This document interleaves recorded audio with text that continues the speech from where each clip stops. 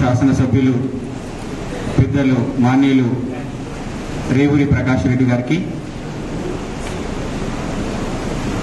ఈ సభాధ్యక్షులు యాదగిరి గారికి, జెడ్పీటీసీ రాజు గారికి, పిఎస్సీ చైర్మన్ రవీందర్ గారికి, ఎంపీపీ రాష్ట్ర జనరల్ సెక్రటరీ సౌజన్య గారికి, ఎంపీపీ సుమలత రజనీకర్ గౌడ్ గారికి, వల్లాల జగన్ గౌడ్ గారికి, వేదిక మీదున్న పెద్దలందరికీ క్షమించాలి నన్ను పేరు మర్చిపోయి ఉంటే. నా గౌడ సంఘం ప్రతినిధులందరికీ పెద్దలందరికీ పేరు పేరున నా శిరస్సు వంచి నమస్కారం తెలియజేస్తా ఉన్నాను.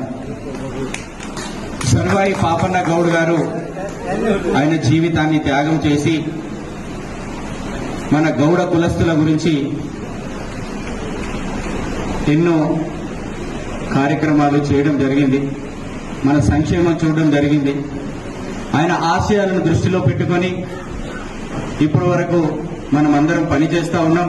నేను ఒక ప్రొఫెషనల్ డాక్టర్గా నా హాస్పిటల్ కూడా ఎంతో మంది తాటి చెట్టు ఎక్కి కింద పడి వాళ్ళ వెన్నపూస విరిగిపోయి పక్షవాతం వచ్చినది ఇక్కడున్న మన పెద్దలందరూ కూడా వాళ్ళ రిలేటివ్స్ నా హాస్పిటల్ తీసుకురావడం జరిగింది. దానికి ఎన్నో సందర్భాలలో నేను చాలా బాధపడినాను. అలాగా ప్రతిరోజు చెట్టు ఎక్కుతున్నారంటే వాళ్ళ జీవితం ఈరోజు మళ్ళీ ఇంటికి వస్తారా లేదన్న బాధతోటి మన గౌడ కులస్తులందరూ కూడా వాళ్ళ కుటుంబాలు కూడా చాలా బాధపడతా ఉన్నాయి.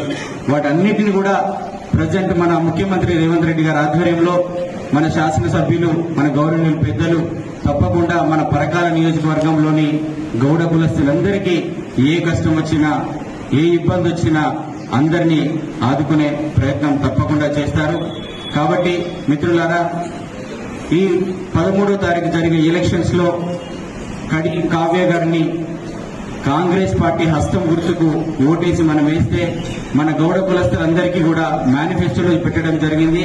ఇంకా పెట్టని విషయాలు కూడా మన పెద్దలు మన శాసనసభ్యులు మీ అందరికి అందుబాటులో ఉంటూ మన గౌడ కుల సంఘ పెద్దల సహకారంతో మనందరికీ సంక్షేమ కార్యక్రమాలు మనందరినీ ఆదుకుంటారని నేను కోరుకుంటూ ఈ అవకాశం ఇచ్చిన పెద్దలందరికీ కూడా పేరు పేరున నమస్సుమాన్యం తెలియజేస్తూ ముగిస్తున్నాను. ధన్యవాదాలు.